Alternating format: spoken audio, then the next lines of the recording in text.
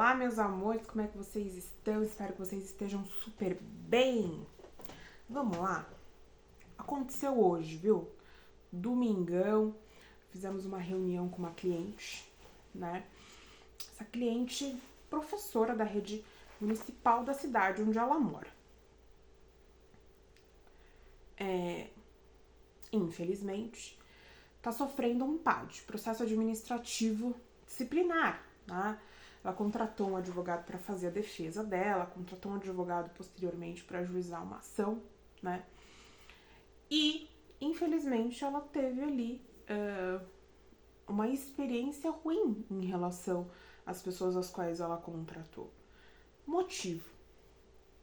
O caso dela seria o fato de que abriram um processo administrativo disciplinar para apurar, né, faltas injustificadas superiores a 30 dias. A gente sabe que falta superior a 30 dias é exoneração do cargo público, mesmo que seja um cargo ao qual você prestou concurso e que você teria que ter a tal da estabilidade.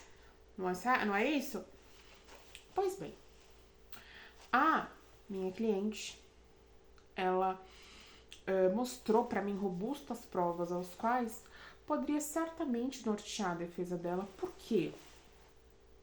Porque dentro daquele período que disseram que ela tinha faltado, ela tem algumas provas em que a superior hierárquica dela para o superior imediata dela, na verdade, dentre ali, vamos lá, de 1 a 30 de agosto, suponhamos, teve ali dia 15, dia 10, dia 25, dia 28, que a superior imediata dela deu presença, entendeu? Que ela estava presente. Tem documento que prova, não é? Então, como que ela faltou 30 dias, sendo que dentro daqueles 30 dias existem dias aos quais a própria superiora dela deu como presença? Algo de errado não tá certo. Além disso, a minha cliente, ela é concursada para 2 cargos na prefeitura.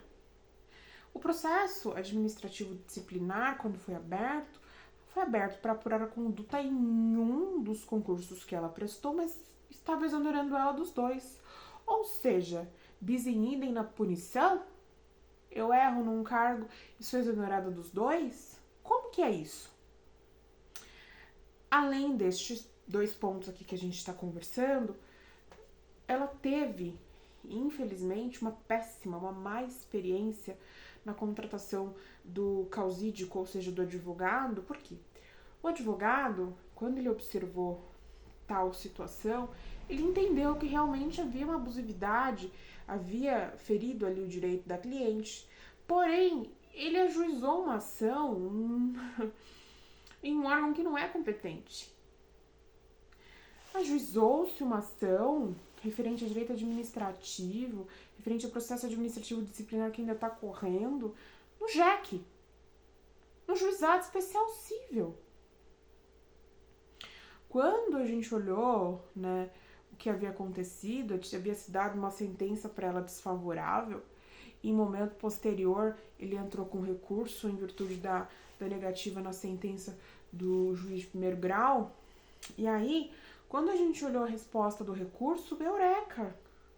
Qual foi a resposta? Aqui não é lugar competente para se discutir a matéria. A gente não tem capacidade técnica para discutir isso. Além deste ponto, o processo administrativo disciplinar ainda não acabou. E dentro da defesa dele não houve arguição daquilo que eu tô falando aqui para vocês, a nulidade do processo administrativo em virtude de ter ali colocado em xeque a perda de 2 cargos, sendo que a conduta indisciplinar foi somente em relação a 1. Como que é isso? Isso acontece e não deveria acontecer. Direito administrativo a gente não discute em JEC. O JEC discute tudo aquilo que é superficial, não é? Que é pequeno. A exoneração de um servidor público que estudou anos para conseguir o cargo, uma complexidade de um processo administrativo disciplinar com tantas falhas, a gente não discute no JEC? Tá errado. Minha cliente, quando eu olhei pra ela e falei o que havia acontecido, que a ação havia sido proposta em juízo não competente, quando eu disse qual teria sido a resposta do recurso, que realmente ali não deveria ter sido distribuída a ação, ela chorou. E ela lembrou-se de todos os momentos em que ela abriu mão de estar em família, em um lazer. Ela lembrou-se dela andando de bicicleta, o bumbum dela doendo, 1h30 na bicicleta, as costas doendo para poder ir pro cursinho. Ela lembrou-se, ela disse para mim. E ela olhou para mim e ela falou: por que ele fez isso comigo? O que eu falo para cliente? Eu falo o quê? Eu falo assim: não é com você não, é incapacidade. É irresponsabilidade. Eu falo isso? Então, hoje eu vim aqui falar com vocês sobre a responsabilidade que nós temos nas mãos.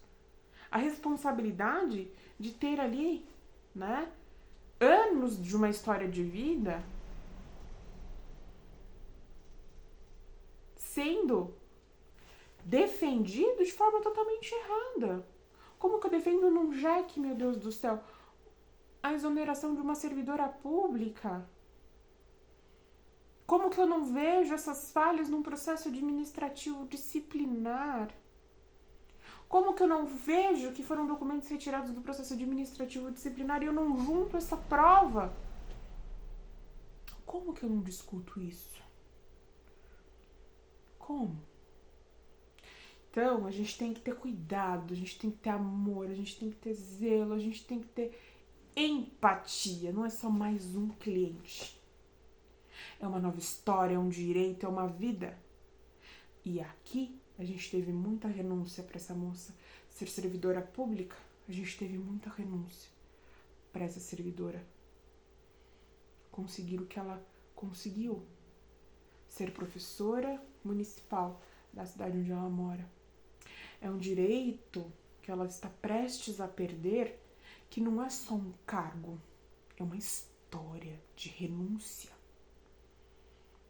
E se a gente não aprender a olhar para a história de vida dos nossos clientes com amor, com empatia, com resiliência e nos colocando às vezes no lugar deles, nós nunca seremos bons profissionais. Nós nunca seremos. Toda história, todo problema deve ter um olhar de amor. Beijo pra vocês, gente. Acontece muito, mas não deveria acontecer. Beijo, beijo, beijo, beijo.